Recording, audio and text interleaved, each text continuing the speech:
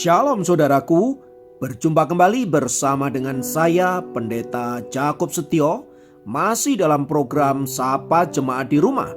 Kali ini kita akan bersatu bersama-sama, mari kita berdoa. Bapa kami rindu, firman-Mu sungguh memberkati kami, dan biarlah melalui renungan firman itu, kami semakin dikuatkan, diteguhkan di dalam pengiringan kami akan Engkau. Kami siap diberkati. Terpujilah namamu kekal selama-lamanya. Dalam nama Yesus kami berdoa. Haleluya. Amin. Firman Tuhan kali ini terambil dari Yehezkiel 18 ayat 21. Yehezkiel 18 ayat 21 berkata, "Tetapi jikalau orang fasik bertobat dari segala dosa yang dilakukannya dan berpegang pada segala ketetapanku serta melakukan keadilan dan kebenaran, ia pasti hidup, ia tidak akan mati." Saudaraku, ayat firman Tuhan di atas diserukan oleh Nabi Yehezkiel kepada orang-orang Israel yang pada waktu itu hidup jauh dari hadapan Allah. Secara ritual, memang orang-orang Israel melakukan ibadah-ibadah tertentu yang diwajibkan untuk mereka lakukan. Tetapi dalam praktek hidup, mereka adalah orang-orang yang jahat di mata Tuhan.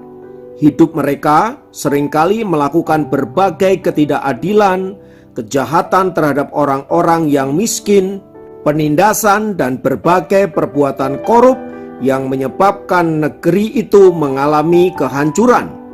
Maka agar bangsa itu dipulihkan oleh Allah, Yehezkiel berseru kepada mereka agar mereka melakukan pertobatan secara massal. Seruan pertobatan yang dilakukan oleh Nabi Yehezkiel sebenarnya bukanlah satu-satunya seruan pertobatan yang diserukan kepada orang Israel. Hampir di seluruh Alkitab, khususnya Perjanjian Lama, seruan pertobatan ini diulang-ulang oleh para nabi agar bangsa Israel tetap ada di dalam on the track-nya Tuhan. Bahkan seruan ini juga ditujukan kepada bangsa-bangsa lain selain bangsa Israel agar mereka hidup menuruti ketetapan-ketetapan Allah. Pertanyaannya adalah, mengapa seruan pertobatan ini seringkali dilakukan berulang-ulang oleh para nabi yang ditujukan kepada orang Israel dan bangsa-bangsa lain? Yang pertama tentu saja karena Allah mengasihi umat manusia. Sebagaimana kita ketahui bahwa dosa mengakibatkan manusia hidup dalam kesusahan dan penderitaan. Akibat dosa, manusia harus mengalami kematian, kesusahan dalam mencari makan, konflik antara sesama manusia, dan berbagai-bagai penderitaan yang harus dialami oleh manusia di muka bumi ini. Itu artinya, bila manusia tetap hidup dan tinggal di dalam dosa mereka, maka mereka akan semakin mengalami penderitaan, dan ujung dari semua itu adalah kematian kekal. Ini bukanlah tujuan Allah menciptakan manusia.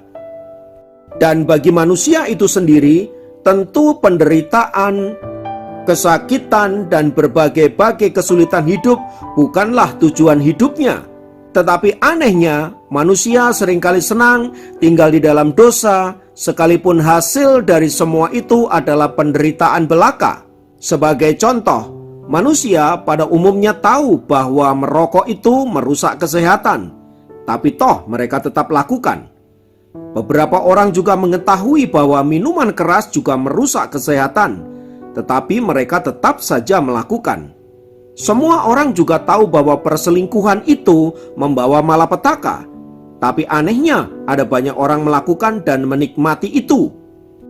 Kita juga tahu bahwa korupsi itu bisa sangat merugikan dan bahkan bisa membuat kita masuk penjara. Tapi ada jutaan orang melakukan korupsi dan mereka tidak takut masuk penjara. Dan masih banyak lagi kejahatan-kejahatan yang dilakukan oleh manusia dan ujungnya adalah penderitaan. Mengapa hal itu terus-menerus terjadi dalam kehidupan manusia? Karena pada dasarnya manusia ada di bawah kuasa dosa dan mereka tidak memiliki kekuatan untuk melepaskan diri dari kuasa dosa tersebut. Itulah sebabnya mengapa manusia seringkali menginginkan sesuatu yang baik, sesuatu yang kudus, sesuatu yang suci, tetapi mereka tidak dapat melakukannya. Justru yang mereka lakukan adalah kejahatan, adalah dosa di mata Tuhan. Semua itu ingin membuktikan bahwa sesungguhnya manusia terikat oleh dosa dan ia tunduk di bawah kuasa dosa. Maka mau tidak mau, manusia harus melakukan kehendak dosa. Ini tentu saja berita yang sangat buruk tentunya. Tapi berita baiknya adalah bahwa Tuhan Yesus berkuasa untuk melepaskan kita dari setiap belenggu dosa. Ia datang untuk melepaskan, Ia datang untuk memulihkan, dan Ia datang untuk menyelamatkan manusia berdosa yang percaya kepadanya. Sehingga ketika kita percaya kepadanya, kita menjadi orang-orang merdeka, orang-orang yang tidak lagi dikuasai oleh dosa, sebab kuasa darah Yesus melepaskan kita dari belenggu dan ikatan dosa.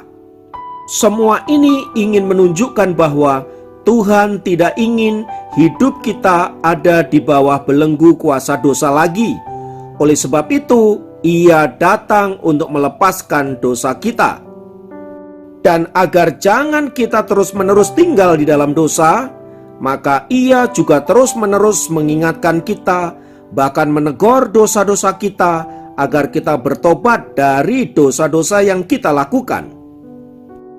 Jadi, seruan pertobatan itu ditujukan karena memang Allah mengasihi kita. Yang kedua, Tuhan menginginkan kita untuk ada di dalam sebuah kehidupan yang diberkati. Sebaliknya, setan menginginkan kita untuk ada dalam kehidupan yang tidak diberkati. Maka, satu-satunya cara agar kita hidup dalam berkat-berkat Allah, yaitu melekat kepadanya dan senantiasa hidup menuruti ketetapan-ketetapannya, supaya olehnya kita senantiasa ada dalam perkenanan Allah, dan bila kita ada dalam perkenanannya, pastilah Ia akan memberkati hidup kita. Itulah sebabnya Tuhan melalui hamba-hambanya mengingatkan kita terus-menerus agar kita tidak lagi hidup dalam dosa yang menyebabkan penderitaan, melainkan hidup di dalam jalan-jalan Allah, supaya olehnya kita senantiasa ada di dalam berkat-berkat-Nya dan menikmati kehidupan kekal dan abadi. Maka saudaraku, bersyukurlah bila Tuhan menegur saudara, bersyukurlah bila Tuhan mengingatkan saudara, bersyukurlah bila Tuhan mendisiplin saudara agar saudara hidup dalam ketetapannya.